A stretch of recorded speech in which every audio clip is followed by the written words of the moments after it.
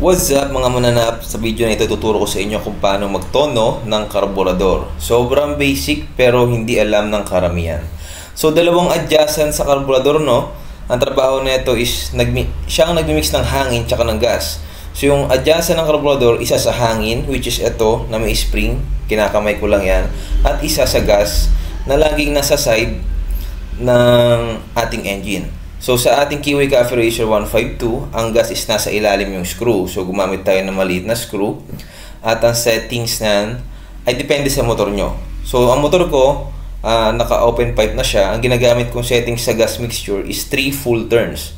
Ginagawa ko dyan, nag-uusli ako ng palatandaan.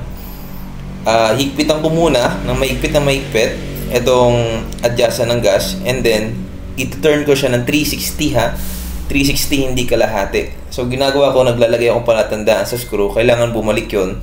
At yun ang 360 na ikot niya. Paluwag ang pag-ikot ng screw. Higpitan muna, then luwagan ng 3 full turns. And then sa hangin naman, kinakamay lang ito, tansyahin mo lang. Ito yung tinatawag nilang minor. Galing sa air filter, yan yung pumapasok na hangin pupuntang karburador. Kamayin mo lang siya, tansyahin mo, painggan mo yung makina mo.